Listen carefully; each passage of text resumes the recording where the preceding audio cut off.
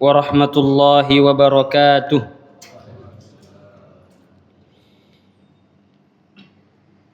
Alhamdulillahi hamdan katsiran kama amar.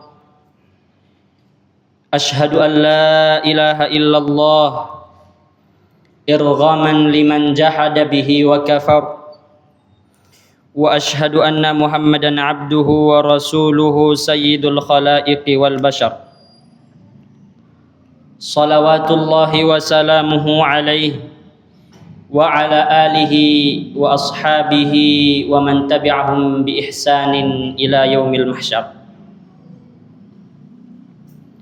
Amma ba'd, fa ya ibadallah wa ya amatallah, usi nafsi al-khati'atal mudhnibah wa usikum jami'an bitaqwallah. Fa innallaha ma'al ladzina ittaqaw wal ladzina hum muhsinun. Alhamdulillah, kembali kita memuji Allah Subhanahu wa taala atas limpahan nikmat dan karunia-Nya kepada kita, baik itu nikmat kesehatan, kesempatan, keimanan, yang dimana nikmat-nikmat ini banyak dilalaikan oleh manusia. Oleh karenanya penting kita mensyukurinya agar Allah Subhanahu wa taala senantiasa mempertahankan nikmat ini kepada kita.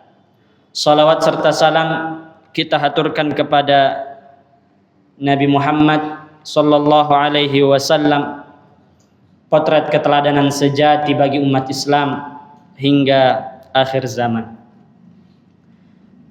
Para jamaah yang semua dirahmati oleh Allah Subhanahu wa taala, kami mengawali dengan mengutip perkataan Hasan Al-Basri rahimahullahu taala, yang dimana beliau mengatakan, kulla yaumin la yu'sallahu fihi fahuwa 'idun. Setiap hari yang di dalamnya Allah tidak dimaksiati, maka itu adalah hari Id. Hasan Al-Basri memberikan pengajaran kepada kita bahwa hari Id sejati itu bukan ketika kita sekedar berlebaran memakai baju baru, mobil baru, atau ada hal-hal baru yang bisa kita pamer. Tetapi hakikat dari Id yang sebenarnya ialah ketika kita bisa menang pada hari itu melawan godaan syaitan dan hawa nafsu, sehingga di hari itu kita tidak memaksiati Allah. Para jamaah yang semua dirahmati oleh Allah, adapun renungan kita pada malam hari ini, kesempatan kali ini, ialah renungan yang kami susun dari beberapa hal yang telah kami lihat dan pelajari. Kenapa kita di akhir zaman ini kekuatan umat Islam itu diporak-poranda oleh musuh-musuh Islam. Di antaranya ialah karena satu penyakit yang bernama al-wahan, yaitu al-wahan. Apa itu al-wahan? Rasulullah menyebutkan ialah hubbud dunya wa karahiyatul maut, cinta dunia dan takut mati. Oleh karenanya, judul dari renungan kita malam kali ini ialah jangan ada cinta yang lebih dari cinta kepada Allah dan Rasulnya. Ada 5 hal mengapa larangan ini muncul. Jangan ada cinta melebihi cinta Allah dan Rasulnya. Mengapa? Yang pertama, karena orang yang beriman lebih besar cintanya kepada Allah. Karena orang yang beriman lebih besar cintanya kepada Allah. Allah Subhanahu wa taala berfirman dalam surah Al-Baqarah ayat 165.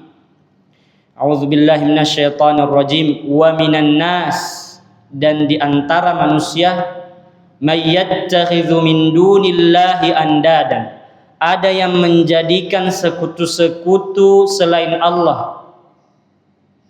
Yuhibbunahum kahubbillah, yang sekutu-sekutu itu mereka cintai seperti mereka cintai Allah. Ini sebenarnya ayat ini menyinggung orang kafir Quraisy terdahulu, yang dimana mereka menjadikan berhala-berhala yang mereka cintai seperti mereka cintai Allah. Para jamaah sekalian, sebenarnya kaum kafir Quraisy terdahulu itu bukan orang yang atau yang mengingkari Allah. Mereka percaya ada Allah, tapi mereka menjadikan sekutu kepada Allah, yakni berhala-berhala. Mereka jadikan itu setara cintanya dengan cinta kepada Allah. Ayat ini bisa kita kaitkan juga di zaman sekarang, bahwasanya banyak hal yang membuat kita lupa dengan cinta kepada Allah. Banyak hal yang membuat kita fokus kita ini hilang kepada Allah. Bahkan mungkin melebihi fokus kita kepada Allah.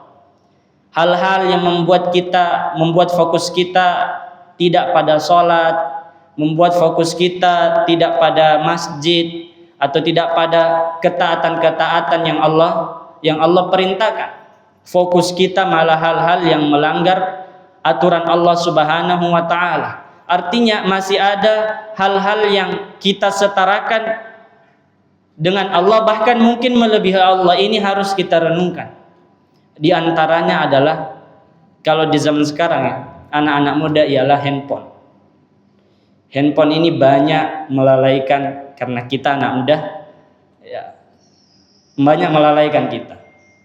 Di handphone ini segala macam bisa kita kerjakan. Banyak orang lalai terhadap cinta kepada Allah karena benda ini. Akhirnya ia menjadikan ini setara dengan Allah, bahkan mungkin melebihi, karena waktu mengingat Allah yang wajib diingat seperti sholat, ia lupa hanya karena benda ini. Makanya ini penting menjadi renungan, bahwa ada manusia-manusia yang menjadikan sesuatu sekutu, suatu hal yang ia cintai seperti ia cintai Allah. Tetapi Allah memberikan pernyataan bahwasanya walladzina amanu asyaddu hubban lillah. Hal seperti itu tidak terjadi bagi orang beriman, karena bagi orang beriman lebih cinta kepada Allah. Inilah yang membuat para sahabat terdahulu begitu kokoh beriman kepada Allah, karena cintanya yang lebih kepada Allah, melebihi apapun. Walladzina amanu asyaddu hubban lillah. Dan orang yang beriman itu teramat besar cintanya kepada Allah. Hadirin yang semua dirahmati oleh Allah, itu yang pertama. Mengapa jangan ada cinta melebihi cinta Allah dan Rasulnya? Karena orang beriman lebih besar cintanya kepada Allah. Kemudian yang kedua, mengapa jangan ada cinta melebihi cinta Allah dan Rasulnya? Ialah karena syarat merasakan lezatnya iman, halawatul iman, manisnya iman itu ialah mencintai Allah dan Rasulnya. Rasulullah sallallahu alaihi wasallam bersabda, "Salasun," ada 3 hal. Man kunna fihi, siapa yang bisa menguasai 3 hal ini, wajada bihinna halawatal iman, dia akan merasakan manisnya iman. Yang pertama, ayyakuna Allah wa rasulahu ahabba ilaihi mimma siwahuma. Hendaklah Allah dan Rasulnya lebih ia cintai dibanding daripada selainnya, selain keduanya. Kemudian yang kedua, wa ayyakuna wa yuhibbal mar'a la yuhibbuhu illa lillah, dan dia ketika mencintai seseorang ia tidak cintai kecuali karena Allah. Wa an yukraha an ya'uda fil kufri ba'da an anqadhahu Allahu min, kama yukrahu aw yakrahu an yaqdhafa finnar. Yang ketiga ialah dia benci kembali kepada perbuatan maksiat, kepada kekufuran setelah ia beriman, setelah ia soleh, seperti ia benci dilemparkan ke dalam neraka.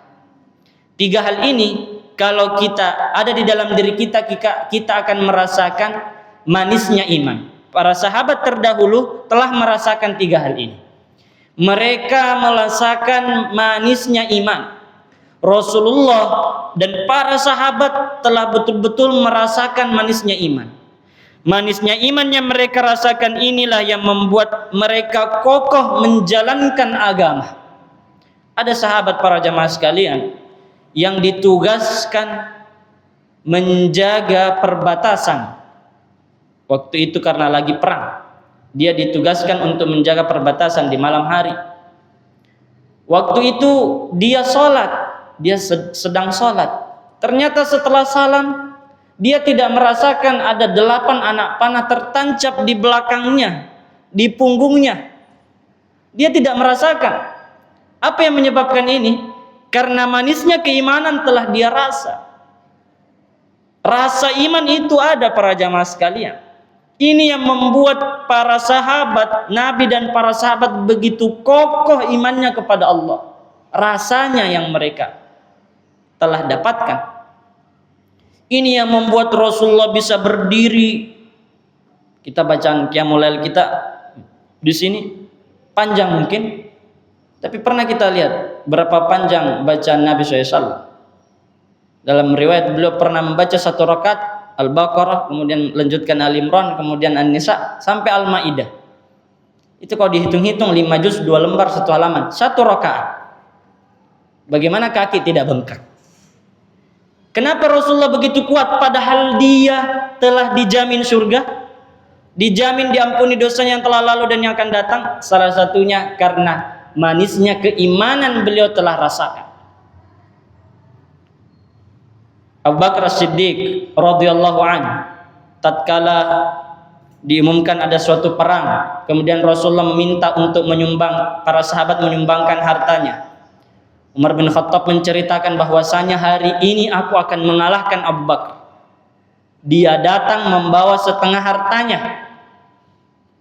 Kemudian ditanya Rasulullah, wahai Umar, apa yang kau sisakan untuk keluargamu? Maka Umar menjawab, setengahnya lagi. Datang Abu Bakar membawa seluruh hartanya. Seluruh hartanya diinfakkan. Ditanyakan, wahai Abu Bakar, apa yang kau sisakan untuk keluargamu? Ia mengatakan, Allah dan Rasulnya. Allah dan Rasulnya. Artinya tidak ada lagi cinta yang melebihi cintanya Abu Bakar kepada Allah dan Rasulnya. Begitu besar sehingga ia dengan mudahnya menginfakkan seluruh hartanya. Ketika ditanya apa yang kau tinggalkan untuk keluargamu, dia jawab Allah dan Rasulnya. Sehingga penting kita memperhatikan ini. Jangan ada cinta yang lebih melebihi cinta Allah dan Rasulnya.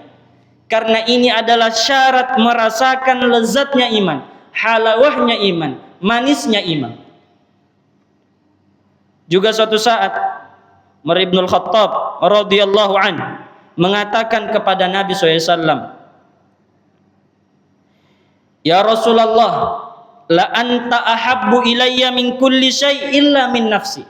Wahai Rasulullah, sesungguhnya engkau lebih aku cintai daripada segala sesuatu kecuali diriku. Kecuali diriku, kata Umar bin Khattab. Maka Rasulullah SAW bersabda, walladzi nafsi biyadih, demi zat yang jiwaku berada di dalam genggamannya, la yu'minu ahadukum hatta akuna ahabba ilaik min nafsik. Tidak dihitung engkau beriman wahai Umar sampai engkau lebih mencintai diriku dibanding dirimu sendiri.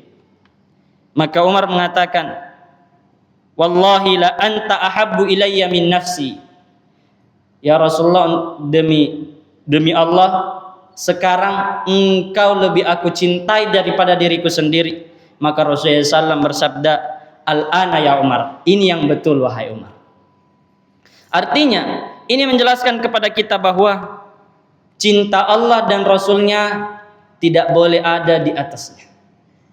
Tidak boleh ada yang lebih di atas cinta kepada Allah dan Rasulnya. Para jamaah yang semua dirahmati oleh Allah. Kemudian yang ketiga,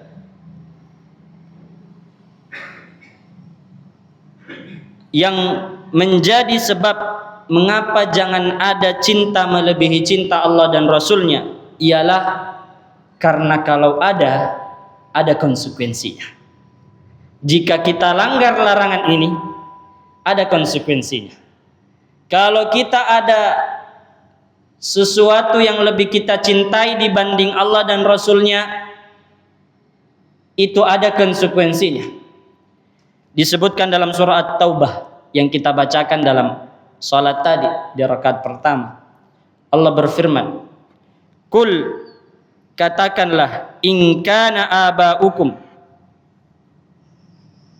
seandainya engkau menjadikan bapak-bapak kalian, wa abna'ukum, anak-anak kalian, wa ikhwanukum, saudara-saudara kalian, wa azwajukum, istri-istri kalian, wa ashiratukum, keluarga besar kalian, wa amwalun iqtaraftumuha, dan harta-harta kekayaan yang kalian usahakan, wa tijaratun takhshawna kasadaha, dan perniagaan yang kalian khawatirkan kerugiannya, wa masakinu tardawnaha, dan rumah-rumah yang kalian sukai. Ini Allah sebut 8. Ketika kita telah menjadikan 8 ini lebih kita cintai dibanding 3 hal setelah ini kita sebutkan. Yang pertama tadi bapak-bapak kita, kemudian anak-anak kita, kemudian istri-istri kita, kemudian keluarga kita, kemudian juga perniagaan kita, harta kita yang kita usahakan, kemudian tijarah kita, perniagaan kita yang kita takutkan kerugiannya, dan rumah-rumah yang kita cintai. Ahabba ilaikum minallahi wa rasulihi wa jihadin fi sabilih, lebih kalian cintai dibanding cinta kepada Allah Subhanahu wa taala dan Rasulnya, dan berjihad di jalannya. Fatarabbasu, kata Allah, maka tunggulah. Ibnu Katsir menyebutkan maksudnya di sini maka tunggulah ialah tunggulah azab. Hatta ya'ti Allah bi amri, sampai Allah menetapkan keputusannya. Di sini disebutkan keputusan ialah azabnya. Wallahu la yahdil qaumal fasiqin, dan Allah tidak memberikan hidayah kepada orang-orang yang fasik. Ini ada ancaman bagi kita. Kalau kita telah lebih mencintai kehidupan dunia berupa keluarga kita, anak-anak, istri kita. Karena terkadang ada orang yang terhalang keimanannya karena keluarga.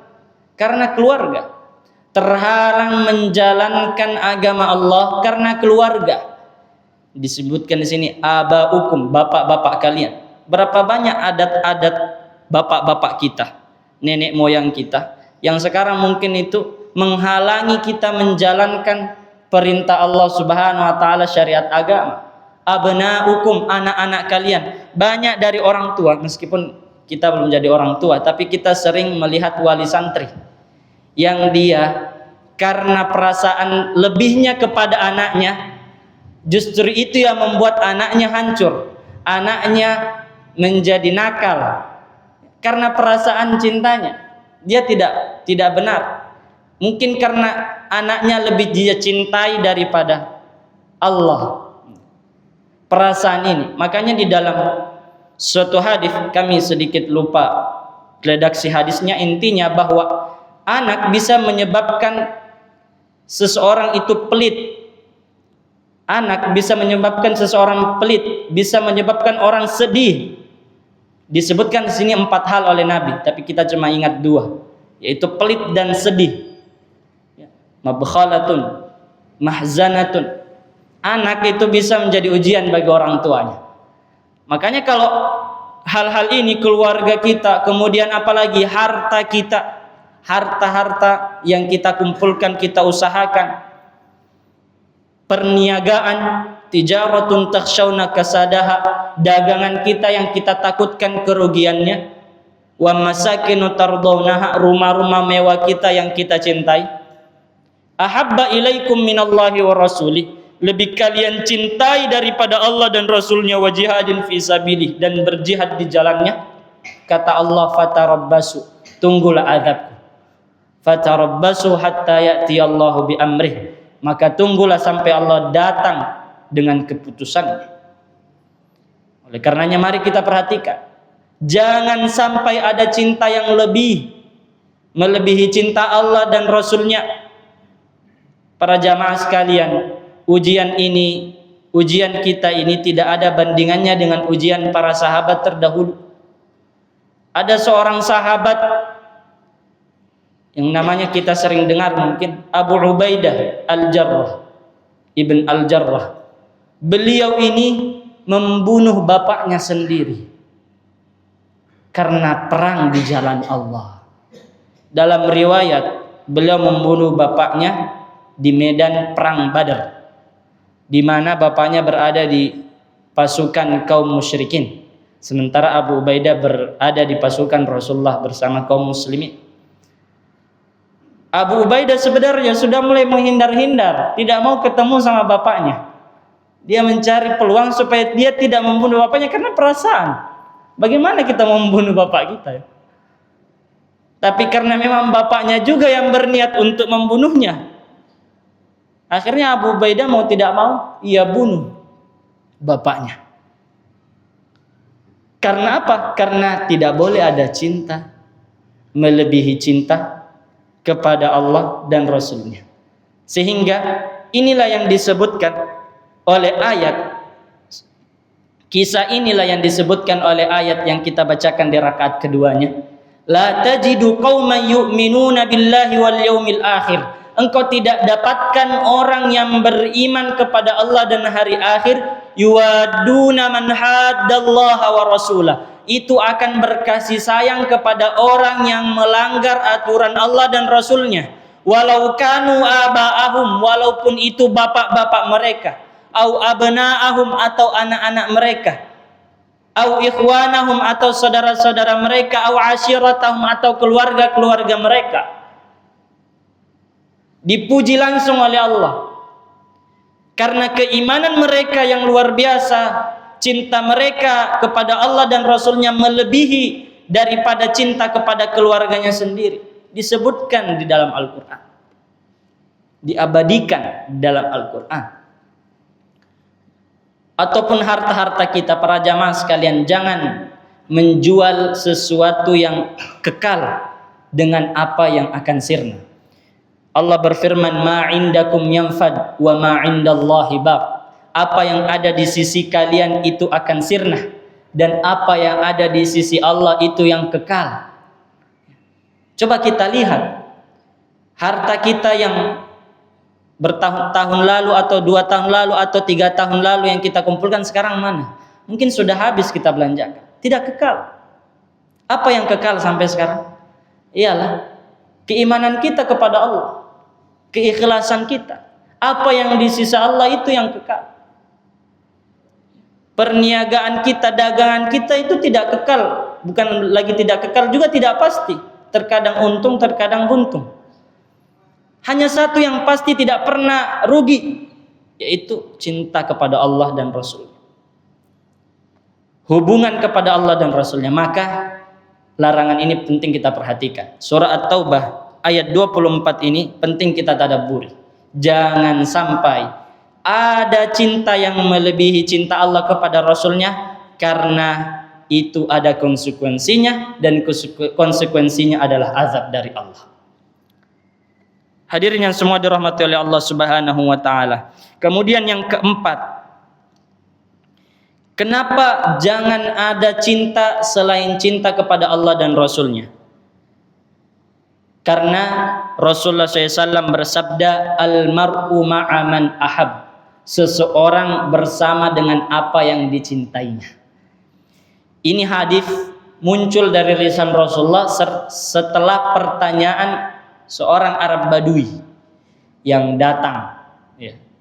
Arab Badui ini Arab yang tinggal di pegunungan. Ya. Kalau kita bilang orang kampung yang nggak pernah lihat ini. Dia hanya dengar bahwa dia beriman kepada Rasulullah. Akhirnya ketika ketemu Rasulullah dia langsung datang dan bertanya, "Ya Rasulullah, saya ini tidak ada amalan andalan ya.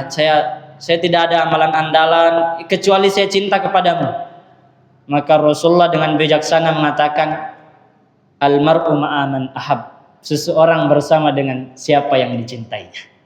Maka penting kita perhatikan siapa yang kita cintai. Jangan sampai kita mencintai hal-hal yang tidak kekal, yang nanti ketika di hari kiamat hal-hal itu akan lari dari kita. Hal-hal itu meninggalkan kita, berlepas diri di hadapan Allah, tidak memberikan kita pertolongan. Maka pertanyaan-pertanyaan seperti ini sangat disenangi oleh Anas bin Malik radhiyallahu anhu. Karena tidak ada sahabat yang berani bertanya seperti itu. Bilang, "Ya Rasul, saya tidak ada amalan andalan kecuali cinta kepadamu." Gak ada yang berani, hanya Arab-Arab Badui yang datang yang belum tahu kondisi. Sehingga ini penting kita perhatikan bahwasanya jangan sampai ada cinta yang lebih, karena kita akan bersama dengan siapa yang kita cintai. Kita akan bersama dengan siapa yang kita cintai. Cintai Allah dan Rasulnya, maka kita akan bersamanya. Cintai Allah dan Rasulnya dengan sebenar-benarnya, dengan tulus, karena dengan itu kita akan bersamanya. Di hari kiamat kita akan bersama dengan siapa yang kita cintai. Kemudian para jamaah yang semua dirahmati oleh Allah Subhanahu wa taala, yang kelima dan yang terakhir, kenapa jangan ada cinta yang melebihi cinta Allah dan Rasulnya? Karena dengan itu kita akan mudah untuk ikhlas. Ketika tidak ada cinta yang lebih melebihi cinta Allah dan Rasulnya, dengan itu kita akan mudah ikhlas. Kalau masih ada cinta selain kepada cinta kepada Allah dan Rasulnya, ini akan membuat keikhlasan kita akan susah untuk timbul. Sementara kita diperintahkan untuk ikhlas menjalankan agama. Wa ma umiru illa liya'budullaha mukhlishina lahuddin. Dan tidaklah mereka diperintahkan kecuali agar senantiasa menyembah Allah dengan ikhlas terhadap agama. Penting kita perhatikan cinta, karena dengan cinta kita akan ikhlas. Dan ikhlas ini para jamaah sekalian adalah senjata. Kita akan mudah untuk menjalankan agama kalau kita ikhlas. Kalau kita hanya fokus dengan pandangan Allah. Kalau masih ada pandangan-pandangan selainnya, kita sholat karena masih ada mengharapkan pandangan-pandangan selain Allah, ini membuat kita akan susah melakukan ketaatan. Ulama mengatakan innama yata'atsaru man lam yukhlas. Sesungguhnya yang berat melakukan suatu ketaatan, suatu kebaikan, itulah adalah orang-orang yang tidak ikhlas.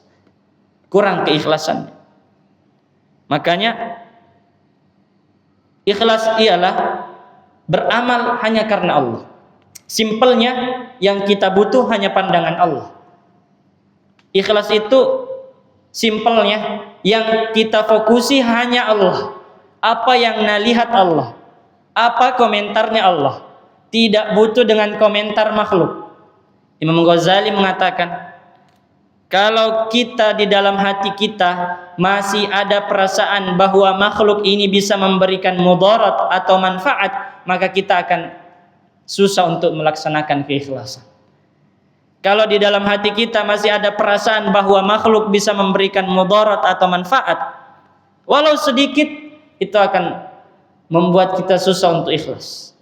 Bahkan beliau mengatakan kita harus menjadikan bahwa makhluk itu seperti benda mati. Bukan berarti kita tidak peduli dengan sesama manusia, tetapi maksudnya kita tidak peduli dengan pandangan manusia, fokus dengan pandangan Allah. Kalau kita sudah fokus dengan pandangan Allah, inilah yang akan membuat kita mudah untuk beriman, mudah untuk ikhlas. Makanya kita butuh cinta. cintai Allah. Karena dengan itu kita akan ikhlas. Para jamaah yang semua dirahmati oleh Allah. Apa yang membedakan kenapa Nabi Musa alaihissalam begitu tenang ketika dikejar Fir'aun dibanding dengan kaumnya, yang dimana diceritakan dalam surah Asy-Syu'ara, falamma tara al-jam'an, maka tatkala dua kelompok telah bertemu, telah saling melihat. Artinya kelompoknya Fir'aun yang mengejar dan kelompoknya Nabi Musa yang dikejar, sudah saling melihat. Di depannya Nabi Musa ada laut. Kata kelompoknya Nabi Musa, innala mudrakun, kita sudah celaka ini, sudah kedapatan, kita akan tertangkap. Qal, Nabi Musa mengatakan, kalla, sekali-kali tidak. Inna ma'iya rabbi sayahdin, sesungguhnya bersamaku ada Tuhanku yang akan menunjukiku. Kenapa beda jawabannya? Padahal sama-sama situasinya. Sama-sama dikejar Fir'aun, sama-sama di depannya laut, sama-sama menghadapi situasi yang genting. Bahkan mungkin Nabi Musa yang lebih besar hukumannya nanti kalau ketangkap, karena dia yang pelopori. Tetapi kenapa Nabi Musa masih bisa menjawab setenang itu? Karena Nabi Musa fokus terhadap hal yang tidak kasat mata, yaitu Allah, pertolongan Allah. Kaumnya Nabi Musa ini masih fokus dengan hal yang kasat mata. Laut di depan, Fir'aun mengejar di belakang. Akhirnya keikhlasannya susah timbul. Pertolongan Allah tidak mereka yakini. Oleh karenanya, di sini menjadi pelajaran bagi kita bahwa kalau kita ingin ikhlas kepada Allah, fokuslah terhadap pertolongan Allah yang tidak kasat mata dibanding dengan yang kasat mata, artinya dunia. Karena sekarang ini yang menghancurkan keimanan dan keikhlasan kita kepada Allah, karena kita terlalu fokus dengan hal-hal yang kasat mata, harta dan segala macam hal-hal yang kasat mata, dunia, semua ini kasat mata. Sementara pertolongan Allah itu tidak kasat mata, tidak terlihat, butuh hati yang ikhlas. Kalau kita mau kokoh seperti kokohnya Nabi Musa, maka jangan fokus terhadap yang kasat mata. Fokus terhadap penglihatan Allah, pandangan Allah. Karena pandangan Allah itu tak terbatas, sementara pandangan manusia terbatas. Banyak manusia bisa salah menilai kita. Hanya Allah yang paling tahu bagaimana keadaan kita. Dan keikhlasan ini sering-sering kita dengar dinasihatkan oleh Abba dan beberapa guru kita, yang ternyata mereka semua diwasiatkan oleh pendiri pesantren Kiai Haji Ahmad Marzuki, bahwasanya peganglah keikhlasan, karena hanya keikhlasanlah yang akan awet.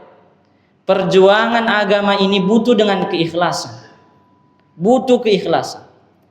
Agar kita ikhlas, kita tidak boleh ada cinta melebihi cinta kepada Allah dan Rasulnya. Saya tutup, ya, sekitar 5 menit lagi nggak salah kan. Saya tutup dengan sebuah cerita.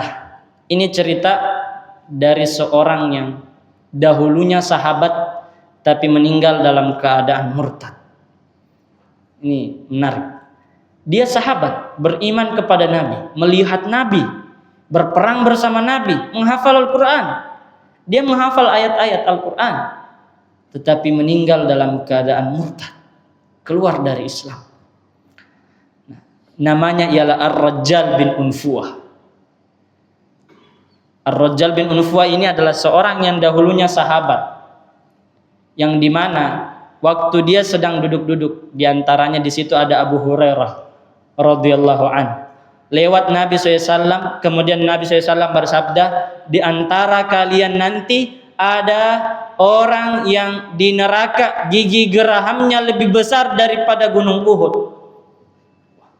Ini azab yang sangat mengerikan. Gigi gerahamnya lebih besar daripada gunung Uhud, bukit Uhud. Ya, bapak-bapak yang pernah umrah, atau jamaah yang pernah pergi umrah, pernah lihat besarnya bukit Uhud ya. Itu panjangnya 7 kilo, tingginya hampir 3 kilo. besar. Itu dari Masjid Nabawi masih bisa kita lihat, padahal itu jauhnya sekitar 3 kilo. Sekitar 5 kiloan. Panjang, besar. Nah, ini ada seorang sahabat yang azabnya di neraka, gigi geraham-nya lebih besar daripada bukit Uhud. Akhirnya ketika bersabda Nabi SAW, setelah bersabda itu, Abu Hurairah takut. Karena Ar-Rajjal bin Unfuah ini adalah seorang sahabat yang betul-betul bagus ibadahnya, kuat keimanannya. Akhirnya Abu Hurairah mulai takut. Karena Ar-Rajjal bin Unfuah disebutkan juga banyak menghafal Al-Quran. Dan dia pernah diutus menjadi da'i oleh Rasulullah, pernah menjadi mubalik dan mengislamkan beberapa orang. Setelah Rasulullah SAW meninggal, di zaman Khalifah pertama Abu Bakar As-Siddiq, muncul fitnah, munculnya nabi-nabi palsu. Ini salah satu tugas dakwah pertama yang diemban oleh Abu Bakar As-Siddiq, memerangi nabi-nabi palsu. Karena setelah Nabi SAW meninggal, muncul banyak nabi-nabi palsu, banyak sekali. Kurang lebih hampir 20-an nabi palsu muncul di waktu itu. Dan yang paling banyak umatnya ialah Musailamah Al-Kadzdzab. Ya, kita pernah dengar mungkin. Musailamah Al-Kadzdzab. Ini yang paling banyak pengikutnya. Apa yang menyebabkannya? Itu salah satunya ialah Ar-Rajjal bin Unfuah ini. Tatkala muncul fitnahnya Musailamah Al-Kadzdzab, Ar-Rajjal bin Unfuah minta izin untuk pergi mendakwahi Musailamah Al-Kadzdzab, karena Musailamah Al-Kadzdzab ini adalah dari kaumnya Ar-Rajjal bin Unfuah. Sebelum Ar-Rajjal bin Unfuah sampai di tempatnya Musailamah Al-Kadzdzab, Musailamah Al-Kadzdzab menghadang duluan dan bernegosiasi dengan mengatakan, kalau kamu mau ikut dengan saya, kamu cukup mengatakan bahwa saya adalah nabi, dan kamu tidak perlu mengatakan bahwa Nabi Muhammad bukan nabi. Cukup mengatakan bahwa saya juga nabi, kata Musailamah Al-Kadzdzab. Dan beliau ditawarkan jabatan. Jabatan ialah menterinya Musailamah Al-Kadzdzab. Kasarnya seperti itu. Karena godaan harta dan jabatan, Ar-Rajjal bin Unfuah terpengaruh. Memalingkan keimanannya, menjual keimanannya demi dunia, jabatan dan harta. Dan dia raih posisi itu. Yang luar biasanya disebutkan oleh para ulama sejarah, maksudnya fitnah Ar-Rajjal bin Unfuah lebih besar daripada fitnahnya Musailamah Al-Kadzdzab. Mengapa? Karena banyak yang sebelumnya itu tidak beriman kepada Musailamah Al-Kadzdzab, tetapi setelah melihat Ar-Rajjal bin Unfuah yang notabene-nya adalah sahabat Nabi beriman kepada Musailamah, banyak orang yang mengikut dengan mengatakan, ini saja sahabat Nabi mengatakan bahwa Musailamah Al-Kadzdzab adalah nabi. Akhirnya banyak pengikutnya. Singkat cerita, akhirnya diutuslah Khalid bin Walid untuk memerangi Musailamah Al-Kadzdzab bersama dengan Ar-Rajjal bin Unfuah ini. Ar-Rajjal bin Unfuah berada di pasukan kaum murtad dari Musailamah Al-Kadzdzab. Di mana di perang namanya perang Yamamah. Perang Yamamah ini membunuh kurang lebih 70 penghafal Al-Quran. Yang sebab itulah membuat Umar bin Khattab khawatir dan mengusulkan agar Al-Quran dikumpul karena banyaknya penghafal Al-Quran yang meninggal di perang Yamamah. Akhirnya terbunuh ini Ar-Rajjal bin Unfuah di tangan adiknya Umar bin Khattab yang bernama Zaid bin Khattab. Mati dalam keadaan ia beriman kepada Nabi palsu.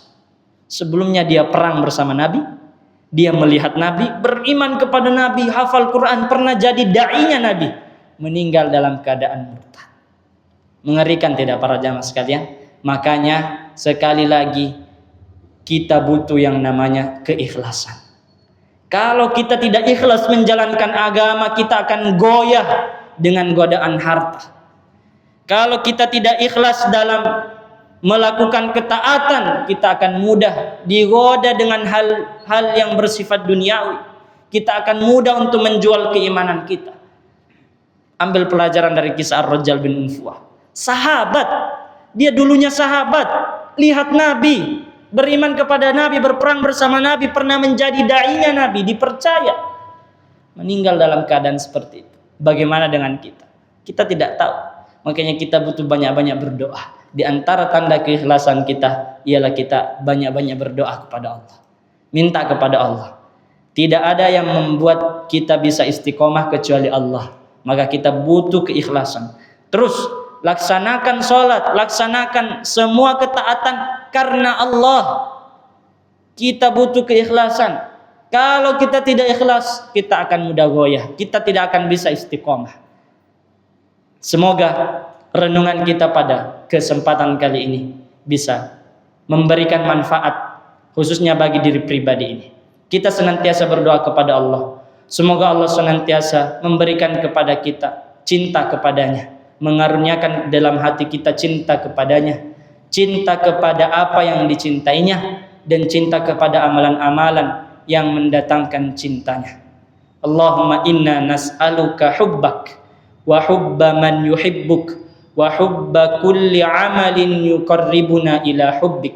Ya Allah, kami memohon kepadamu kecintaan kepadamu dan kecintaan kepada apa yang engkau cintai, dan kecintaan kepada amal-amal yang mendatangkan atau mendekatkan kami kepada cinta kepadamu. Hadanallahu wa iyyakum ajma'in. Semoga Allah memberikan kita hidayah. Wa nakhtatim bi du'ai kafaratul majlis. Kita tutup dengan doa kafaratul majlis. Subhanakallahumma hamdik asyhadu an la ilaha illa anta astaghfiruka wa atubu ilaik. Wassalamualaikum warahmatullahi wabarakatuh.